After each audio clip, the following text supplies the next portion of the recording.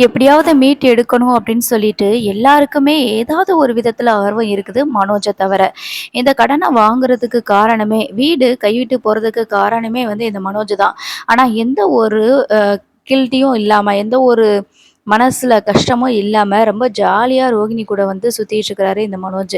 அதனால தான் சரியான ஆப்பு வச்சாங்க இந்த விஜயா. என்னன்னா ஷோரூம்ல வந்துட்டு கேமரா ஃபிட் பண்ணியிருக்காங்க.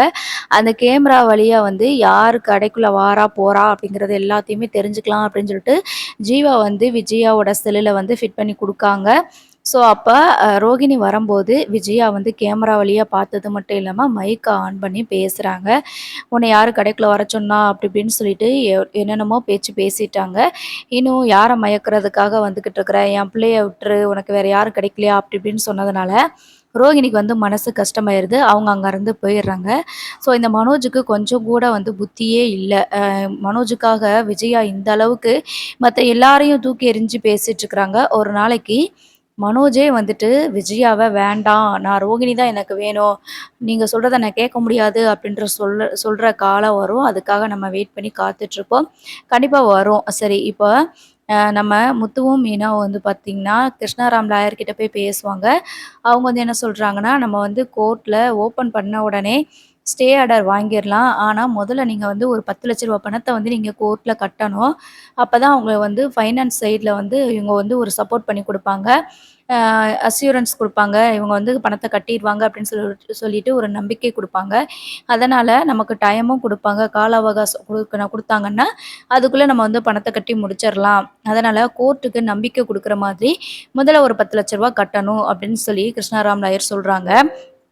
முத்துவும், மீனாவும் பார்த்தீங்கன்னா, சரி ஓகே எப்படியாவது நாங்க பணத்த ரெடி பண்ணிர்றோம் அப்படின்னு சொல்லிட்டு, அவங்க நேரா எங்க போறாங்க அப்படின்னு சொல்லி பார்த்தீங்கன்னா, நான் இதுக்கு முன்னாடி பேசின வீடியோல சொல்லியிருக்கிறேன். எங்க போறாங்க அப்படின்னா, வேகமா வந்து அவங்க இங்கிலீஷ் கிளாஸ்க்கு தான் போறாங்க. ஸ்வேதா வந்து பாடம் நடத்திட்டு இருக்கும்போது, முத்துவோட கவனம் எல்லாமே வந்துட்டு எப்படியாவது பணத்த ரெடி பண்ணணுமே அப்படின்ற ஒரு விஷயத்துல தான் இருந்துச்சு. ஸோ ஸ்வேதா பாடம் நடத்தத கவனிக்காம இருக்கிறாங்க. எல்லாத்துக்குமே டக் டக்னு ஆன்சர் பண்ணிட்டு இருக்கிற முத்து ரொம்ப சைலன்ட்டா இருக்கிறத பார்த்துட்டு, ஸ்வேதா வந்து கொஸ்டின் கேட்குறாங்க. "இவ்வளோ நேரம் நான் பாடம் நடத்தினது எதையுமே நீங்க கவனிக்கலையா?" அப்படின்னுட்டு கேட்குறாங்க. "என்னாச்சு முத்தண்ணா?" அப்படின்னும்போது, "இல்லப்பா, சாரி நான் கவனிக்காம விட்டுட்டேன். சரி மறுபடியும் நான் சொல்லி தரியாம்மா தங்கச்சி?" அப்படின்ற மாதிரி கேட்டு கத்துக்கிறாங்க. அதுக்கப்புறமா சரி இன்னைக்கு கிளாஸ் போதும், நாளைக்கு வாங்க அப்படின்னு சொல்லிட்டு எல்லாருமே அனுப்பி வச்சுர்றாங்க. ஆனா இன்கம் டேக்ஸ் ஆஃபீசர் வந்துட்டு முத்து வந்து ஆல்ரெடி நோட் பண்ணிட்டு தானே இருக்கிறாரு. அவர் வந்துட்டு கேட்குறாரு, "என்னாச்சு முத்து? அந்த வீட்டு பிரச்சனைய பத்தி யோசிச்சுட்டு இருக்கிறீங்களா? நானும் எனக்கு தெரிஞ்சவங்க கிட்ட சொல்லி இந்த சிந்தாமணிய பத்தி விசாரிச்சு பார்த்தேன் முத்து. ஆனா அந்த லேடி வந்து நெறைய இந்த மாரி வீட்டு பத்திரத்த எல்லாத்தையுமே வாங்கி வச்சு கடன் கொடுத்து கடைசியில அந்த வீட்ட எடுத்துக்கிறோம்னு சொல்லிட்டு நான் கேள்விப்பட்டேன். எல்லாமே வந்து ஆடிட்டிங் மூலியமா ரொம்ப தெளிவா தான் பிளான் பண்ணி வச்சிருக்கிறாங்க. ஒரு சிலர் இந்த மாதிரி பிளாக் மணி வந்தாலும் அத ஒயிட்டா மாத்துறதுக்கு திறமையானவங்க." அப்படின்னு சொல்லி சொல்றாங்க. "ஆமா சார். இப்போ எங்களுக்கு வந்துட்டு கோர்ட் ஓப்பன் பண்ண உடனே ஒரு ரூ. 10,00,000 கட்டணும்னு சொல்லியிருக்கிறாங்க. அப்படி கோர்ட்ல வந்துட்டு நம்ம ஒரு ரூ. 10,00,000 கட்டிட்டோம் அப்படின்னா, அவங்க வந்து நமக்கு கால அவகாசம் குடுப்பாங்க. நம்ம வீட்டோட சீல வந்து அவங்க எடுத்துருவாங்க அப்படின்னு சொல்லியிருக்கிறாங்க. எங்க லாயரு அப்படின்னு சொல்லிட்டு முத்து வந்து சொல்றாங்க. "அவ்வளதானே பேசாம அது ஒரு வழி இருக்குதுல்ல. அந்த ஆப்ஷனே நீங்க யூஸ் பண்ணி பார்க்கலாம்ல." அப்படின்னு சொல்லிட்டு அந்த இன்கம் டேக்ஸ் ஆஃபீசர் சொல்றாரு. உடனே முத்து இருந்துட்டு, "நீங்க சொல்றதெல்லாம் சரிதான் சார். அதுக்கு வந்து ரூ. 10,00,000 கட்டணும்ல. அத பத்தி தான் யோசிச்சுட்டு இருந்திருக்கிறோம்." அப்படின்னு சொல்லி சொல்றாங்க. ஸ்வேதா இருந்துட்டு, "நான் தான் சொன்னேன்ல முத்து, அன்னைக்கு நான் முத்தண்ணா நான் தான் சொன்னேன்ல, உங்களுக்கு ரூ. 5,00,000 பணம் நான் குடுக்குறேன்னு சொல்லிட்டு." அப்படின்னு சொல்லும்போது, இன்கம் டாக்ஸ் ஆஃபீசர் வந்துட்டு ஸ்வேதாவ அப்படியே பார்க்குறாங்க. அ அப்போ மீனா இருந்துட்டு, இல்ல ஸ்வேதா, அது உங்களுக்கு தேவைப்படும்ல." அப்படின்ற மாதிரி அவங்க சொல்ல, "என்ன நான் தான் அன்னைக்கு சொன்னேன்ல மீனா, உங்களுக்கு வந்து நான் பணத்த குடுக்குறேன் அப்படின்னு சொல்லிட்டு. இப்ப வேண்டான்னு சொன்னா எப்படி? நான் தான் என்னோட சேவிங்ஸ்லேருந்து தானே தரேன்." அப்பாகிட்டயே சொல்லிட்டேன். அவங்களும் தாங்கன்னு சொல்லிட்டாங்க. இப்போ நீங்க கேட்டுட்டு இருக்கிறீங்க. 10,00,000ல ரூ. 5,00,000 நான் குடுத்துர்றேன். மிச்சம் 5,00,000 மட்டும் எப்படியாவது ரெடி பண்ணுவோம். நானும் எனக்கு தெரிஞ்ச ஃப்ரெண்ட்ஸ் கிட்டலாம் நான் கேட்டு பார்க்குறேன் முத்தண்ணா அப்படின்னு சொல்லி சொல்லிட்டு இருக்கிறாங்க. "ரொம்ப தேங்க்ஸ்மா தங்கச்சி. எனக்கு கூட பிறந்த தங்கச்சி இருந்தா இப்படிதான் இருப்பாங்க போல இருக்குது." அப்படின்னு சொல்லி சொல்றாங்க. "என்னன்னா நீங்க எனக்கு ஏதாவது ஒரு பிரச்சனை அப்படின்னா, நீங்க வந்து எனக்கு ஹெல்ப் பண்ண மாட்டீங்களா? அதே மாரி தானா? இது ஒரு உதவி தானே! எப்பனாலும் நீங்க பணத்த திருப்பி தர போறீங்க. அவ்வளோதானே!" அப்படின்ற மாதிரி ஸ்வேதா சொல்றாங்க. "ரொம்ப நன்றி ஸ்வேதா. எங்களோட இக்கட்டான சூழ்நிலையில கூட உதவணும்னு நெனைக்கிற. ரொம்ப நன்றி." அப்படின்னு சொல்லி சொல்லிட்டு இருக்கிறாங்க. "நீயாவது இவ்வளோ தூரம் சொல்ற. ஆனா யாருக்காக நாங்க கடன் வாங்குனோமோ, யாருக்காக வீட்ட இழந்து நிக்கிறோமோ, அவன் ஒரு பைசா கூட இதுல சம்மந்தப்படல. ஒரு பைசா கூட அவன் ரெடி பண்ணல. சரி விடு என்ன பண்றது? இதெல்லாம் வந்து அவனுக்காக பண்ணல. எங்க அப்பாவுக்காக தான் நான் பண்றேன். கௌரவமா அந்த வீட்ல வாழ்ந்தவரு. அந்த வீடு எங்களுக்கு கோயில் மாதிரி. அதுல எங்க அப்பாவும், எங்க அம்மாவும் எங்களுக்கு சாமி மாதிரி. அவங்க இப்ப கௌரவம் இல்லாம அப்படி அவமானப்பட்டு நிக்கிறதுனால தான் எனக்கு ரொம்ப கஷ்டமா இருக்கு. அதனால தான் நாங்க இவ்வளோ போராடிட்டு இருக்கிறோம். வீட்ட மீட்டெடுக்கணும்னு சொல்லிட்டு. அப்படின்னு சொல்லிட்டு முத்து சொல்றாங்க. எனக்கு தெரியும்ண்ணா. நீங்க சொல்லி தான் எனக்கு தெரியணுமா? கண்டிப்பா எனக்கு தெரியும். நீங்க கவலையே படாதீங்க. ரூ. 5,00,000 தானே ஈஸியா நம்ம ரெடி பண்ணிறலாம் அப்படின்னு சொல்லிட்டு நம்ம ஸ்வேதா வந்து சொல்லிட்டுருக்கும்போது, அந்த இன்கம் டேக்ஸ் ஆஃபீசர் இருந்துட்டு சொல்றாங்க, நான் வந்து உங்களுக்கு பேலன்ஸ் ரூ. 5,00,000 வேணா நான் வேணா குடுத்துர்றேனே" அப்படின்ற மாரி சொல்றாரு. "என்ன சார் சொல்றீங்க? நீங்க பணம் குடுக்குறீங்களா?" அப்படின்னு சொல்லிட்டு முத்து கேட்குறாங்க. "ஆமா, நான் பணம் குடுக்குறதில என்ன வாங்க மாட்டீங்களா?" அப்படின்னு சொல்லிட்டு கேட்குறாங்க. "இல்ல சார், உங்கள கொஞ்ச நாளா தான் தெரியும். நீங்க எனக்கு பண்ண உதவியே பெரிய உதவி. ஆனா திடீர்னு இப்போ வந்துட்டு நீங்க எனக்கு பணம் குடுக்குறேன்னு சொல்றீங்க. வேணாம் சார், பரவால்ல சார்" அப்படின்னு சொல்லி சொல்றாங்க. "ஏன் முத்து என்ட்ட வாங்க மாட்டீங்களா? நான் தான் உங்க ஃப்ரெண்டு தானே, உங்க கிளாஸ்மேட் தானே, அதுக்காகவாவது வாங்கலாம்ல" அப்படின்னு சொல்லி சொல்றாங்க. "என்ன உதவி பண்ணாங்க முத்தண்ணா?" அப்படின்னு சொல்லிட்டு கேட்குறாங்க. "சாரு இன்கம் டேக்ஸ் ஆஃபீசரு" அப்படின்னு சொல்லி சொல்லும்போது, ஸ்வேதா இருந்துட்டு, "என்னது இன்கம் டேக்ஸ் ஆஃபீசரா? சொல்லவே இல்ல" அப்படின்னு சொல்லி சொல்றாங்க. "ஆமா மேடம். நான் இன்கம் டேக்ஸ் ஆஃபீசர் தான்" அப்படின்னு சொல்லி சொல்றாங்க.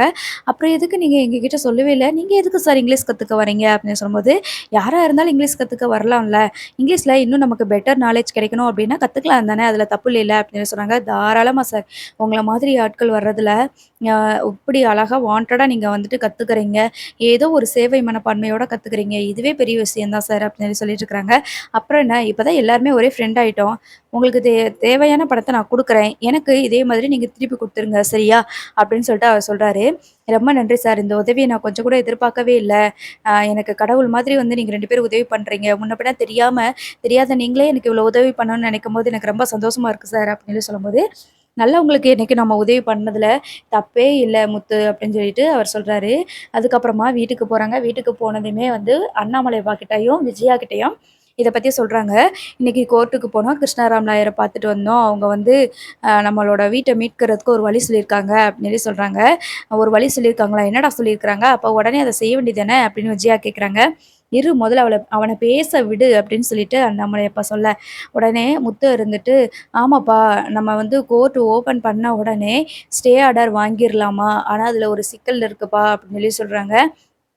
"என்னாச்சு மொதல்ல சொல்லு" அப்படின்னு சொல்லி கேட்கும்போது, "ஸ்டே ஸ்டே ஆர்டர் வாங்குறதுக்கு மொதல்ல ஒரு ரூ. 10,00,000 பணத்த நம்ம கோர்ட்ல வந்து கட்டணுமா, அப்பத்தான் அவங்க வந்து நமக்கு நம்பிக்கை குடுப்பாங்களாம். அந்த ஃபினான்சியருக்கு வந்துட்டு நம்பிக்கை குடுப்பாங்களாம்.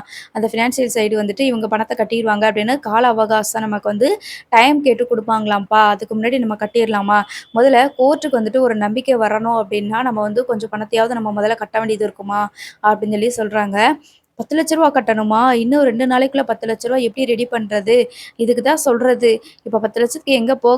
அப்படி கோர்ட்ல ஒரு வேள நம்ம பணம் கட்டலைன்னா என்ன ஆகும்? அப்படின்னு சொல்லி கேட்கும்போது, மீனா இருந்துட்டு, "இல்ல அப்படி நம்ம பணத்த கட்டல அப்படின்னா, இது கொஞ்சம் டிஃபிகல்ட்டா தான் ஆகும். கோர்ட்ல வந்து என்ன வேணாலும் தீர்ப்பு வர்றதுக்கு வாய்ப்பு இருக்குதாம்.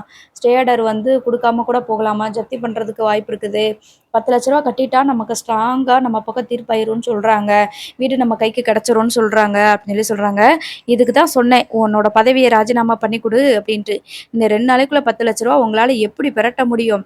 இதுக்கு அவ்வளதான் என் வீடு போயிருச்சு." எல்லாரும் சுயநலமா யோசிச்சு, கடைசில என்னைய நடுத்தெருவுல கொண்டு வந்து நிப்பாட்டிட்டாங்க. இன்னைக்கு என்னடான்னா, உங்க அம்மாவ பார்க்க வந்த பூ கட்டுறவங்க வந்துட்டு, அவ்வளோ அவமானப்படுத்தி என்னை பேசிட்டு போறாங்க.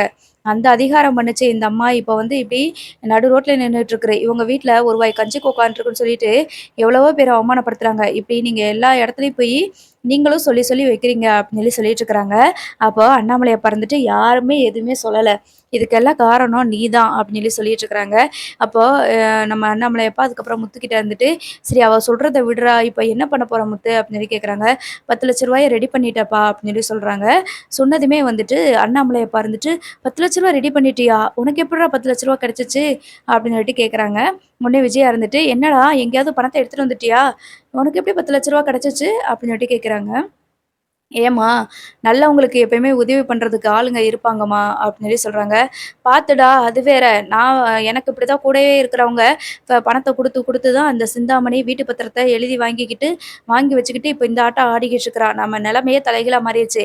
அதே மாதிரி தெரிஞ்சவங்க கிட்ட வாங்குறேன்னு சொல்லி நீ எதுவும் பத்திரத்தெல்லாம் குடுப்பேன்னு சொல்லலையே" அப்படின்னு சொல்லி சொல்றாங்க. "உங்கள மாதிரிலாம் நாங்க இல்ல" அப்படின்னு சொல்லிட்டு மீனா வந்து சொல்றாங்க. "என்னடி குத்தி காட்டுறியா?" அப்படின்னு சொல்லிட்டு விஜயா சொல்றாங்க. அதுக்கு கொஞ்ச நேரம் வாய மூடிட்டு இரு விஜயா, அவங்க சொல்ல விட அப்படின்னு சொல்லி கேட்குறாங்க. சொல்லிட்டு முத்து இருந்துட்டு, ஆமாப்பா ஒரு 10,00,000 நாங்க ரெடி பண்ணிட்டோம். ஸ்வேதா ரூ. 5,00,000 தரேன்னு சொல்லியிருக்கிறாப்பா. அது எப்பயோ சொன்னா, நான் தான் சரி அவங்கள்ட்டலாம் பணம் வாங்கணுமா வேண்டாமே அப்படின்னு சொல்லி நெனச்சுக்கிட்டு இருந்தேன். கூட பிறந்த தங்கச்சியா இருந்தா நீங்க வாங்க மாட்டீங்களா? நம்ம குடும்பத்துக்குன்னு ஒரு பிரச்சனை வரும்போது நான் பார்த்துட்டு சும்மா இருக்க முடியுமா? எப்பனாலும் பணத்த எனக்கு திருப்பி குடுங்க. என்னோட சேவிங்ஸ் பணம் தான் இது. அக்கவுண்ட்ல சும்மா தானே இருக்குது. உங்களுக்காவது பிரயோஜனப்படட்டும்னு சொல்லிட்டு ஸ்வேதா சொன்னா அப்படின்னு சொல்லி சொல்றாங்க. பரவால்ல. இக்கட்டான சூழ்நிலையில கூட அந்த பொண்ணு நமக்கு உதவி பண்ணணும்னு நெனச்சிருக்கே! அதுவே பெரிய மனசு தான் அப்படின்னு சொல்லிட்டு அண்ணாமலை அப்பா சொல்றாங்க. மிச்சம் ரூ. 5,00,000 பணத்த எப்படி ரெடி பண்ண? அப்படின்னு சொல்லி கேட்குறாங்க. என்னடா உன் காரு வேணும் எல்லாத்தையும் வித்துட்டியா? அப்படின்னு சொல்லிட்டு விஜயா கேட்க, அதெல்லாம் விக்கல. அது எப்படி அதுவே லோன்ல இருக்குது. அத யார்கிட்ட போய் விக்கணும்னு சொல்லிக்கிட்டு இருக்கிறீங்க? அதெல்லாம் இல்ல. அப்புறம் அப்புறம் எப்புட்றா உனக்கு ரூ. 5,00,000 கிடைச்சுச்சு? அப்படின்னு சொல்லி சொல்லும்போது, முத்து இருந்துட்டு, இல்ல நான் வந்து இங்கிலீஷ் கிளாஸ் போயிட்டுருக்கிறோம்ல, அதுல என் ஃப்ரெண்டு ஒருத்தர் வந்திருக்காரு. அதான் இன்கம் டேக்ஸ் ஆஃபீசர் இருக்கார்லப்பா அப்படின்னு. ஆமா. அவரு உனக்கு ரூ. 5,00,000 தரேன்னு சொன்னாரா? அப்படின்னு சொல்லி கேட்குறாங்க. ஆமாப்பா. எனக்கே அதிசயமா தான் இருந்தது. நானு ஸ்வேதா கிட்ட இந்த இத பத்தி பேசிட்டு இருக்கும்போது, அவரா வந்து தான்ப்பா சொன்னாரு. ரூ. 5,00,000 பணம் உங்களுக்கு குடுக்குறேன். நீங்க எப்ப திருப்பி குடுக்க முடியுமோ அப்ப குடுங்க. இந்த நேரத்துல உங்களுக்கு உதவி பண்ணது எனக்கு வந்து பெரிய பிளெஸ்ஸிங் தான். அதனால நான் உங்களுக்கு உதவி பண்றேன் அப்படின்னு சொல்லி சொல்றாங்கப்பா. அப்படின்னு சொல்லி சொல்றாங்க. நல்லவங்க நம்மள சுத்தி இருக்க தான் செய்றாங்க போல இருக்குது. நம்ம தான் வந்து கண்ண மூடிக்கிறோம். நல்லவங்க யாரையும் பார்க்கறது கிடையாது. கெட்டவங்கள மட்டுமே தல மேல தூக்கி வச்சு ஆடிக்கிட்டு இருக்கோம் அப்படின்னு சொல்லிட்டு இருக்கும்போது நம்ம விஜயா இருந்துட்டு, "அவங்க எப்புட்றா உன்னைய நம்பி ரூ. 5,00,000 குடுக்குறேன்னு சொன்னாங்க?" அப்படின்னு சொல்லி கேட்குறாங்க. அதான் என்னன்னு தெர்ல. ஆனா இத்தன நாளா என் கூட பழகுனவங்க ரொம்ப வந்து என்னைய புரிஞ்சுக்கிட்டாங்க. கண்டிப்பா நான் என்னோட நேர்மையாவும், உண்மையாவும் இருப்பேன்னு சொல்லிட்டு, அவர் தெரிஞ்சதுனால தான் என் மேல உள்ள நம்பிக்கையில தான் வந்து பணத்த குடுக்குறேன்னு சொல்லியிருக்கிறாரு. அதனால ரூ. 10,00,000 ரெடி ஆயிருச்சுப்பா. நம்ம கோர்ட் ஓப்பன் பண்ண உடனே அந்த ரூ. 10,00,000 கட்டிர்லாம் நம்ம. அதுக்கப்புறமா நம்ம எப்படியாவது ஸ்டே ஆர்டர் வாங்கிட்டு நம்ம வீட்டுக்கு நம்ம திரும்பவும் போயிரலாம் அப்படின்னு சொல்லி சொல்லிட்டு இருக்கிறாங்க. ஸோ அவங்க சொன்னது மாதிரியே வந்துட்டு அந்த கோர்ட் டைம் வருது. அதுல விஜயாவும், சிந்தாமணியும் வந்துட்டு வராங்க. சிந்தாமணி வந்துட்டு, இவங்க வந்து டைம் குடுத்து பார்த்துட்டேன். பணத்த வந்து அவங்க கட்டல. அதனால பணத்த கட்டணும். அப்பதான் நான் வந்து வீட்ட வந்து ஜப்தி பண்ணாம விட மாட்டேன். நான் அந்த குடுத்த கேஸ வந்து வாபஸ் வாங்க மாட்டேன் அப்படின்னு சொல்லி சொல்லிட்டு இருக்கும்போது, நம்ம கிருஷ்ணாராம் லாயர் வந்துட்டு வாதாடுறாங்க. அவங்க என்ன சொல்றாங்கன்னா, இல்ல இந்த பொம்பள வந்துட்டு டைரக்ட்டா எங்க கிளையன்ட்டுக்கு வந்து காசு குடுக்கல. ஒரு ஃபைனான்சியர் மூலமா தான் காசு குடுத்தாங்க அப்படின்னு சொல்லி சொல்றாங்க. ஆமா தெரிஞ்சவங்களுக்கு காசு குடுத்தா அது எப்படி திரும்ப வரும்? அதனால தான் நான் இப்படி ஒரு ஃபினான்சியர வச்சு குடுத்தேன் அப்படின்னு சொல்லிட்டு இருக்கும்போது, இப்படிலாம் பண்ணக்கூடாது. இது ஒரு நம்பிக்கை துரோகம்னு உங்களுக்கு தெரியாதா? அப்படின்னு சொல்லிட்டு ஜட்ஜ் வந்துட்டு திட்டிட்டு இருக்கிறாரு. அதுக்கப்புறமா, சரி நீங்க அப்பதான் டைம் குடுத்துருக்க 3 மாசம் டைம் குடுத்துருக்கீங்கல்ல, ரூ. 10,00,000 பணத்த கட்டிட்டாங்களா? அதுக்கு முன்னாடி மறுபடியும் எதுக்கு நீங்க இந்த மாதிரி நோட்டீஸ் போட்டீங்க? அப்படின்னு சொல்லி கேட்குறாங்க. அதுக்கு சிந்தாமணி இருந்துட்டு, எனக்கு பணம் உடனே தேவைப்பட்டுச்சு. என் பொண்ணோட கல்யாணத்த நடத்துறதுக்காக பணம் தேவைப்பட்டுச்சு. அதனால உடனே அந்த வீட்ட விக்கணும்னு நான் நெனச்சேன். அப்படின்னு சொல்லி இந்த சிந்தாமணி சொல்றாங்க. அது போக இவங்களுக்கு குடுத்த டயத்துக்குள்ள இவங்க பணத்த கட்டுவாங்கன்ற நம்பிக்கையும் எனக்கு இல்ல. அப்படின்ற மாரி சொல்லும்போது, முத்து இருந்துட்டு, "இல்லையா, எனக்கு இவங்க இப்பதான்யா எனக்கே தெரியும். இவங்க தான் இந்த பணத்த குடுத்துருக்காங்கன்னே" அப்படின்னு சொல்லிட்டு, "இவங்க இதுக்கு முன்னாடி அந்த ஃபைனான்சியர் தான் பணத்த குடுத்துருக்காங்கன்னு நாங்க நெனச்சுக்கிட்டு இருந்தோம். எங்க அம்மா கூடவே நல்ல ஃப்ரெண்டு மாதிரி பழகி, இந்த மாதிரி வீட்ட வந்து எடுத்துக்கணும்னு நெனச்சுட்டாங்க" அப்படின்னு சொல்லிட்டு முத்து வந்து சொல்லிட்டு இருக்கிறாங்க. சரி, இப்ப இவங்க கிட்ட வந்து நாங்க அஷ்யூரன்ஸ் குடுக்கணும் அப்படின்னா, நீங்க கோர்ட்டுக்குன்னு ஒரு அமௌண்ட் கட்டணும். அந்த அமௌண்ட் நீங்க கட்டுனீங்க அப்படின்னா, நாங்க வந்து மேற்கொண்டு இந்த கேஸ வந்துட்டு நான் வாபஸ் வாங்க வைக்கிறேன். தள்ளுபடி பண்றேன் அப்படின்ற மாதிரி சொல்றாங்க. உடனே முத்துவும், மீனாவும் இருந்துட்டு, "எங்ககிட்ட ரூ. 10,00,000 இருக்குதுய்யா. அத நாங்க முதல்ல கட்டிர்றோம். ஏற்கனவே ரூ. 10,00,000 கட்டிட்டோம். இனி மீதி ரூ. 28,00,000 தான். எங்களுக்கு கொஞ்சம் டைம் வாங்கி குடுங்க. அந்த டயத்துக்குள்ள வந்துட்டு நாங்க கட்டிருவோம். அது போக எங்க அம்மாவும், எங்க அப்பாவும் வயசானவங்க. அவங்க ஆசாசையா எங்க அப்பா வந்துட்டு அவ்ளோ உழைச்சு, நேர்மையா உழைச்சு கட்டுன வீடுயா அது. அதுல சந்தோஷமா இருக்கணும்னு சொல்லிட்டு நெனச்சுட்டு இருக்காங்க. இந்த வயசான காலத்துல அவங்கள நடுத்தெருவுல கொண்டு வந்து நிப்பாட்டிட்டாங்க இந்த சிந்தாமணி. வட்டி மேல வட்டி, அநியாய வட்டின்னு போட்டு, இப்ப என் குடும்பம் நடுத்தெருவுல வந்து நிக்குது. எங்க அம்மா இவங்கள குருட்டுத்தனமா நம்பிட்டாங்க. ஃப்ரெண்டு தானே அப்படின்னு சொல்லிட்டு.